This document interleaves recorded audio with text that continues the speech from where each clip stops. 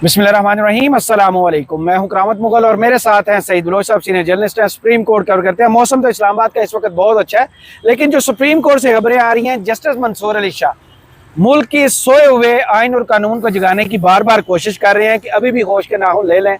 एक बारूदी सुरंग उन्होंने फिर लगाई है कि ये जो आइनी बेंच में बार बार तोसी की जा रही है, इस पर कोई रूल्स एंड रेगुलेशंस को दोबारा से मद्देनजर रखा जाए, को देखा जाए, बार बार तोसी नहीं की जाए। एक खत उनका सामने आया, क्या इससे सोया हुआ निज़ाम जागेगा, कोई हरकत में आएगा, या फिर जैसे सिस्टम चल रहा है, जैसे उन्होंने जस्टिस अमीनुद्दीन साहब ने अपने आप को वोट दे दिया था, मैं अपना फेवरेट हूँ, मुझे इस बेंच का हेड बनाए, ऐसे ही सिस्टम चलता रहेगा।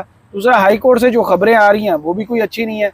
अदलिया के लिए ये क्या और जिसे कहते हैं घुटन का माहौल पैदा किया जा रहा है। बहुत शुक्रिया करामत मुगल साहब। देखिए, घुटन का माहौल तो है, बल्कि अगर यूँ कहा जाए कि अदलिया की गर्दन पर किसी का पाँव आया हुआ तो ये गलत नहीं होगा। जजेस सफोकेट हो रहे हैं, घुटन बढ़ रही है, और ये घुटन आप चंद बार एसोसिएशनों को, या चंद रहनुमाओं को, चंद वकीलों को आप प्लाट देकर या उनके चैम्बर बनाकर ये घुटन आप ख़त्म नहीं कर सकते।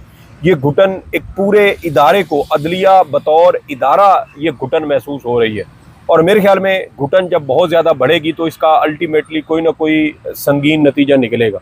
लेकिन इस वक्त जो मफाद परस्त टोला, वो हुकूमत में हो, इस्टेब्लिशमेंट में हो, या अदलिया के अंदर मौजूद वो जजेस हो, मेरे ख्याल में उनको इस चीज़ से कोई परवाह नहीं है कि अदलिया बतौर इदारा, उसकी साख आवाम में कितनी तबाह हो रही है, आवाम अदलिया के बारे में क्या राय रखने लगी है। और अदलिया का एक इमेज, हम तो पहले ही 140 में से 139 नंबर पर थे शायद, और अब हम पत्नी 140 141 शुरू हो गया साथ इस्लामाबाद। चले, इस्लामाबाद में बड़े अरसे के बाद बारिश हुई, और वेलकम करते हैं वैसे, क्योंकि गर्मी भी बहुत ज़्यादा थी। और आज तो जो दर्जा हरारत बताया गया, गिलगित और कोयटा में आप देखें 37 और 38 डिग्री पहुंचा हुआ है। हाँ। तो ये इससे इतना टेम्परेचर कभी भी पहले गिलगित के जो इजला हैं वहाँ पर ये नहीं देखा गया था। बहरहाल, अब अदलिया के हवाले से कुछ लोग ये भी ओपिनियन रखते थे कि जज जिनको साइड लाइन कर दिया गया है, ये अगर कुछ कर नहीं सकते तो ये रिज़ाइन कर दें, घर चले जाएं बतौर एहतजाज। तो मेरे ख्याल में आज जस्टिस मंसूर अली शाह के इस खत से हमें एक चीज़ ये भी पता चल गई कि जब तक आप मैदान में मौजूद हैं, आपके पास कोई भी ऐसा मौका आया तो आपके पास वहाँ पर शॉट खेलने का इम्कान मौजूद है। लेकिन अगर आप स्टेडियम छोड़कर बाहर जाकर बैठ जाएंगे तो फिर आप जो ग्राउंड के अंदर हो रहा है, आप वहाँ पर फिर आप कोई पार्टिसिपेट नहीं कर सकते, कोई आपकी इनपुट नहीं होगी।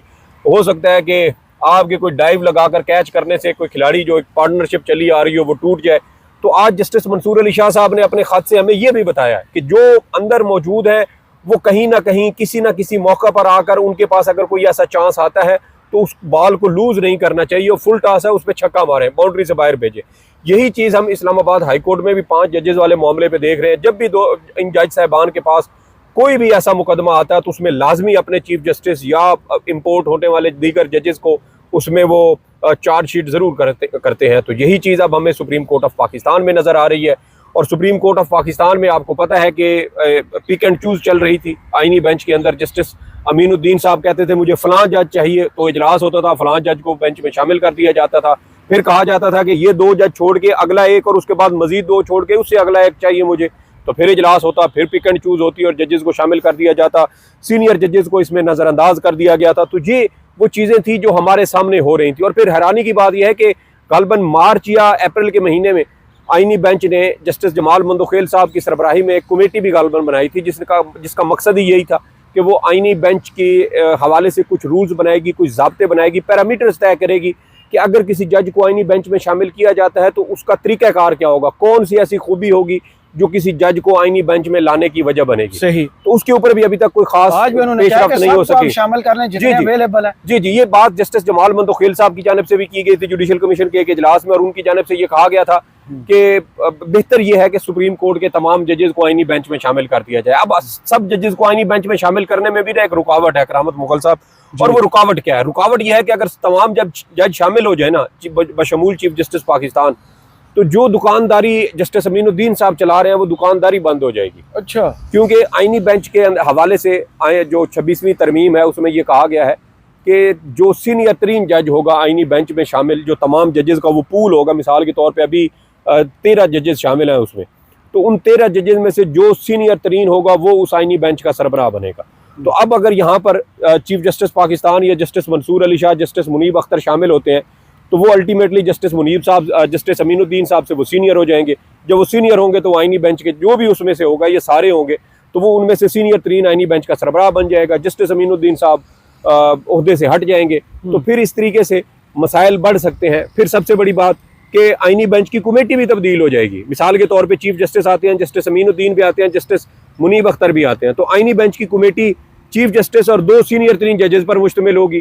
तो उस तरह जस्टिस मुनीब अख्तर और जस्टिस मंसूर अली शाह ये दोनों मिलकर तमाम अहम मुकदमात खुद समात के लिए मुकर्रर कर पाएंगे। फिर वो अपनी मर्जी का आज़ादाना बेंच भी बनाने का इख्तियार रखते होंगे। तो ये वो सारी चीज़ें हैं जो रुकावट बन रही है, और यही बात आज जस्टिस मंसूर अली शाह की जानिब से भी की गई कि ये आईनी बेंच की जो साख है वो तबाह हो रही है। जब तक आईनी बेंच में जजेस की शमूलियत के हवाले से कोई बाज़ाब्ता रूल्स नहीं बनते, या जब तक 26वीं आईनी तरमीम का कोई हतमी फैसला नहीं किया जाता, क्योंकि दरखास्तें तो पेंडिंग पड़ी हैं।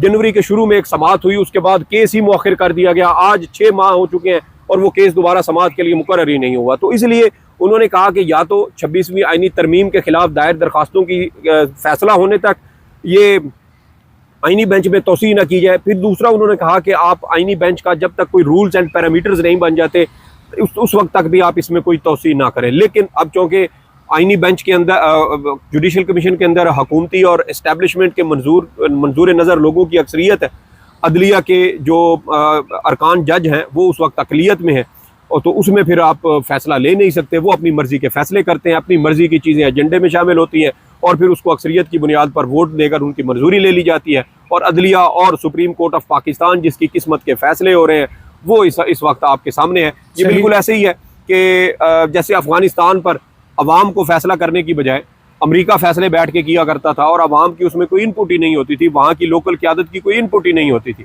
तो यहाँ पर भी जिनकी किस्मत के फैसले हो रहे हैं उनसे राय ही नहीं ली जाती, उनको अकलियत में रखा गया। तो फैसला कैसे हो, बेहतरी कैसे आए, निज़ाम कैसे बेहतर हो, अदलिया की साख कैसे बेहतर हो, सुप्रीम कोर्ट ऑफ पाकिस्तान की साख को जो इस वक्त वट्टा लग रहा है वो कैसे उसको ख़त्म किया जाए। तो ये जैसे हमने पहले भी कहा कि अदलिया को वट्टा बाहर से नहीं आया, यही अंदर अंदर से सहूलतकारी की गई। मफाद प्रस्तों का मेरे ख्याल में एक टोला बन चुका है।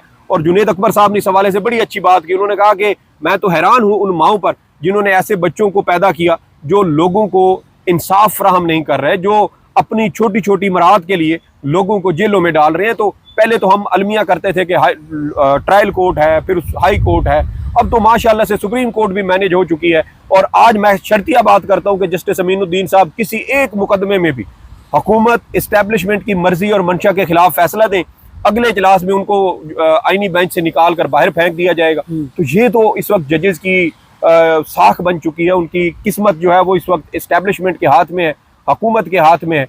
और मेरे ख्याल में जब तक ये तमाम जज साहबान मुतहद नहीं होंगे तब तक कोई बेहतरी की गुंजाइश नहीं है। जस्टिस मंसूर अली शाह हो, जस्टिस मुनीब अख्तर हो, आयशा मलिक साहबा हो, अकील अब्बासी साहब हो, अतर मिनल्ला साहब हो, शाहिद वहीद साहब हो, ये जजेस अपने तय कोशिश कर रहे हैं। लेकिन जैसा मैंने कहा कि अक्सरियत इस वक्त चूँकि हुकूमत और इस्टेब्लिशमेंट के पास है, इसलिए ये जज साहबान सिवाय अपनी आवाज़ बुलंद करने के और कोई ख़ास इसमें वो इनपुट दे नहीं सकते। लेकिन वो आवाज़ें तो आ रही, लेकिन देखिए ये ज़रूरी है, जब आप नहीं होंगे ना उसमें फील्ड के अंदर, फिर बिल्कुल मौत का सन्नाटा होगा, कोई बोलने वाला भी नहीं होगा। आज मंसूर अली शाह साहब हैं, हाई कोर्ट के जजेस हैं, मुनीब अख्तर साहब हैं, जस्टिस आयशा मलिक हैं। अब वो मौजूद होने का फायदा क्या है? वेकअप कॉल तो दे सिस्टम को बार बार वो जैसे किसी मरीज को वो झटके देते हैं ना बिजली के, कि यार शायद इसकी सांस चल पड़े, शायद सांस चल पड़े। तो ये वाली सिचुएशन है। तो मेरे ख्याल में ये भी एक फायदामंद है। और अगर आप इस्तीफे दे के घर चले जाएंगे, आप घर जाके बैठ जाएंगे, फिर बैठ कर अफसोस करेंगे, ओ यार मैं अगर यहाँ पर होता तो शायद मेरी आवाज़ से कुछ यहाँ वजन पैदा होता। तो मेरे ख्याल में जो जज साहबान अपने ओहदों पर मौजूद हैं वो मौजूद रहें। जैसे वैसे भी 14 फरवरी को जब इस सुप्रीम कोर्ट में 7 जजेस की तैनाती हुई थी, तो हमने जस्टिस मंसूर अली शाह और जस्टिस अकील अब्बासी साहब से पूछा था कि आपके इस्तीफे के हवाले से खबरें उस वक्त गर्दिश कर रही थी। तो उन्होंने कहा कि इस्तीफा किसी सूरत नहीं देंगे, सही लड़ते हुए जाएंगे, लड़ते हुए उन्होंने कहा था जाएंगे, हाथ हथियार नहीं फेंकेंगे, हार नहीं मानेंगे। तो मेरे ख्याल में ये बहुत अच्छी अप्रोच है कि जब तक आपको, और वैसे भी अगर इन जजेस को टारगेट किया जाता है तो मेरे ख्याल में इनके लिए सोने पे सुहागा होगा, इनका कद बड़ा होगा, कद बड़ा होगा। ये एक तरह से सियासी शहादत होगी जो इनको नसीब होगी, और इनका नाम, इनका कद काठ वो पाकिस्तान की अदलिया में सुनहरी हरूफ से लिखा जाएगा। दूसरी जानब मोहसिन अख्तर कियानी साहब को किस बात की सजा दी जा रही है, जो अब आया रोस्टर वहां से, उनको किसी भी डिवीजन बेंच पे नहीं रखा गया? देखिए, मोहसिन अख्तर कियानी साहब के हवाले से तो आपको पता है कि वो इस वक्त अल्टीमेट टारगेट है, निशाना है। निशाना इस सेंस में है कि मोहसिन अख्तर कियानी साहब की जानिब से ही वो दरख्वास्त सुप्रीम कोर्ट ऑफ पाकिस्तान में दायर की गई थी, जिसमें इस्लामाबाद हाई कोर्ट के इम्पोर्टेड चीफ जस्टिस जनाब सरफराज डोगर साहब का मामला चैलेंज किया गया था। अब मोहसिन अख्तर कियानी साहब उन आज़ाद मंश जजेज़ में शामिल हैं जिन्होंने इमरान खान के मामले पर ISI की से हिदायत लेने या उनकी हिदायत पर अमल करने या उनकी मर्जी का फैसला देने से इनकार किया था। और टेरियान वाइट केस का हवाला इन 6 जजेज़ ने अपने ख़त में किया हुआ है। फिर ये सारी वो सिचुएशंस हैं जो अब जस्टिस मोहसिन अख्तर कियानी साहब को रास्ता रोकने के लिए की जा रही हैं।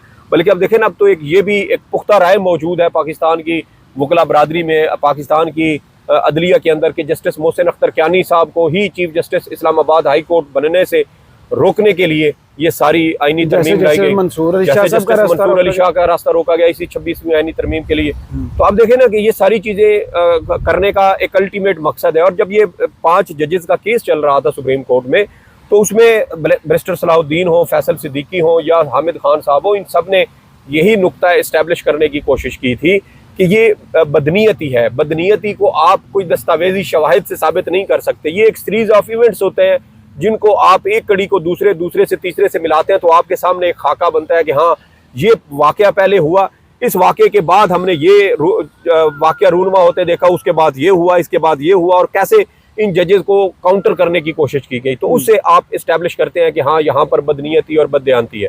जैसे काजी फायज ईसा कहता था कि मैंने फैजाबाद धरना केस का फैसला दिया था 2019 फरवरी 2019 में, और उसके बाद फिर अप्रैल से ही मेरे खिलाफ ये सारे इंतकामी कार्रवाइयाँ शुरू हो गई थी और मेरे खिलाफ रेफरेंस आ गया। सही।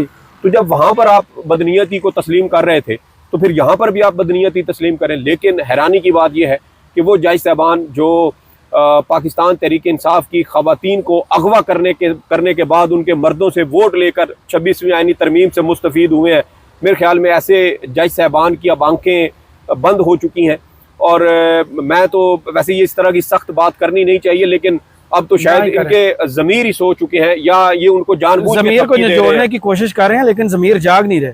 दूसरी जानब PTI का सबसे आम तरीन केस जिस पर सबकी नज़रें लगी हुई हैं, अब वो भी डेफर हो गया है जस्टिस अमीनुद्दीन साहब की वजह से।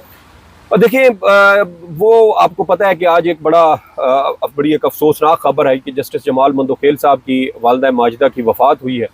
और उसकी वजह से अब वो चूंकि बेंच में शामिल है, मैंने अमीनुद्दीन साहब का नाम है, जस्टिस जमाल मंदोखेल साहब, तो उनकी वालिदा की वफात हुई, तो उसकी वजह से वो अब जोब चले गए हैं बलूचिस्तान। और वहाँ जब तक वो मौजूद रहेंगे तो उस वक्त तक आईनी बेंच की समाअत नहीं हो सकती। और जो अदालती ज़राए से हमें खबरें मिली हैं आज कि सोमवार या कम अज़ कम मंगल तक तो इस केस की समाअत का कोई इम्कान नहीं है। मुमकिन है कि बुध या जुमेरात में से किसी दिन या दोनों दिनों में ये समाअत हो जाए। ये भी मुमकिन है कि आइंदा हफ्ते, पूरे हफ्ते में इस केस की समाअत ना हो, और इसको आइंदा से जो अगला हफ्ता होगा उसमें इसको समाअत के लिए मुकर्रर किया जाए। बहरहाल इमरान खान साहब के मुकदमात हैं कि पहले ट्रायल कोर्ट में डिले किया गया, फिर इस्लामाबाद हाई कोर्ट में डिले किया जा रहा था, अब सुप्रीम कोर्ट ऑफ पाकिस्तान में भी है, हाई कोर्ट जी हाई कोर्ट में 26 को भी है। देखें कि उसमें भी कोई चीज़ निकलती है या नहीं। उस हवाले से भी वैसे हवालदार मुनीब फारूक साहब पहले ही बता चुके हैं कि इमरान खान के मुकदमात 5 जून को फिर 11 जून को क्यों नहीं हुए, और उसमें सरफराज डोगर साहब सिवाय कठपुतली के उनका कोई किरदार नहीं है। जब तक इमरान खान साहब इस्टेब्लिशमेंट के साथ अपने मामलात कुछ सीधे नहीं करते, तब तक उनके मुकदमात में किसी किस्म का रिलीफ मिलने, जब तक सरेंडर नहीं करते। तो दूसरी जानिब आज जो 9 मई के एक मुकदमे में शाह महमूद कुरैशी साहब की ज़मानत होना, फिर दफ़ा 144 की खिलाफ वर्जी पर यहाँ आमिर मुगल साहब, उमर अयूब साहब, बैरिस्टर गौर साहब की ये ज़मानतें होना, इनको कैसे देख रहे हैं? क्योंकि चेंज है या वाकई कुछ बेहतर होने? देखिए, चेंज कोई नहीं है। ये बात लिखी पड़ी है कि मौजूदा एस्टेब्लिशमेंट के साथ इमरान खान के मुज़ाकरात कामयाब हो ही नहीं सकते। ये दीवार पर लिखी हुई तहरीर है मेरे ख्याल में।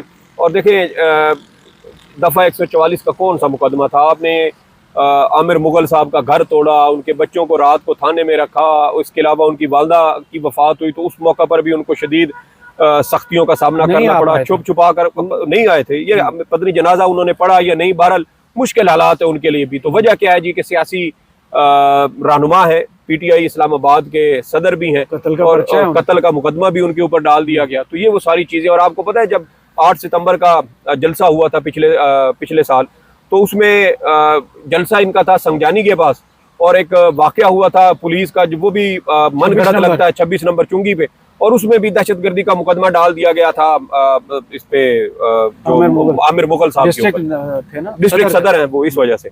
तो इसलिए मेरे ख्याल में अदलिया के पास कोई ऑप्शन नहीं है। डॉक्टर यास्मीन राशिद साहबा को अगर 2 साल के बाद जमानत मिल रही है तो अदालतें एहसान कर रही हैं। शाह महमूद कुरैशी साहब को 2 साल के बाद अगर जमानत मिली है तो अदलिया का एहसान है। मेरे ख्याल में इन जजेस के खिलाफ कार्रवाई होनी चाहिए थी कि जमानत जैसे मामूली मुकदमात में भी आप इन जो सियासी रहनुमाओं को इंतकाम का निशाना बनाने में आप साथ मुलविस हो रहे हैं। और डॉक्टर यास्मीन राशिद साहबा के जो मुकदमात हैं उसमें तो मेरे ख्याल में शर्म भी शर्मा गई है कि उस बुजुर्ग खातून के खिलाफ पिछले 2 साल से पुलिस रिकॉर्ड अदालत में पेश नहीं कर रही, और जज साहबान उनमें से किसी के खिलाफ कार्रवाई करने से गुरेजा हैं कि भाई आप हर हफ्ते 2 हफ्ते 3 हफ्ते के बाद आते हैं, तारीख लेके चले जाते हैं। वो कौन सा ऐसा रिकॉर्ड है जो आज तक अदालत में पेश नहीं हो सका? तो इसलिए मेरे ख्याल में जो बात की है ना जुनैद अकबर साहब ने, वो बिल्कुल ठीक है। दिलों के जख्म अंदर लगे हुए हैं, दिल के अंदर से अब भड़ास निकल रही है। अब ये जज उसको अपनी तौहीन अदालत समझें या जो मर्जी कहें, लेकिन जिनके साथ आप जुल्म और ज्यादती कर रहे हैं उनकी जगह पे खुद को रख के देखें तो आपको एहसास हो कि आपसे इस वक्त कितनी बड़ी गलतियां हो रही हैं। और रोजे महशर आपने भी रब के हुजूर जाना है, और आपने भी वहां जाकर अपना, हमेशा के लिए ये सिस्टम ऐसे थोड़ी सिस्टम हमेशा के लिए नहीं है। आप इस्तेमाल हो रहे हैं, और इस्तेमाल होने वालों का हमने अंजाम बहुत बुरा देखा है। कुछ लोग अपने ओहदों पर होते हुए चीज़ों को समझ जाते हैं और वो इबरत पकड़ लेते हैं। कुछ वो होते हैं जो रिटायरमेंट के बाद जब खाली हाथ होते हैं तो फिर देखते हैं कि अब क्या करें, फिर वो आर्टिकल भी लिखते हैं, वो इंटरव्यूज देने की कोशिश करते हैं, सब कुछ करते हैं, सहाफ़ियों को बुलाकर फिर वो महफिलें बिठाकर, खाना खिलाकर, सफाइयाँ देने की कोशिश करते हैं, लेकिन तब तक तीर कमान से निकल चुका होता है और आप एक चले हुए कारतूस बनकर रह जाते हैं। बहुत शुक्रिया सईद बलोच साहब, आपके वक्त का कमेंट्स बॉक्स में ज़रूर बताइएगा। ये वीडियो आपको कैसी लगी? इजाज़त दीजिए, अल्लाह।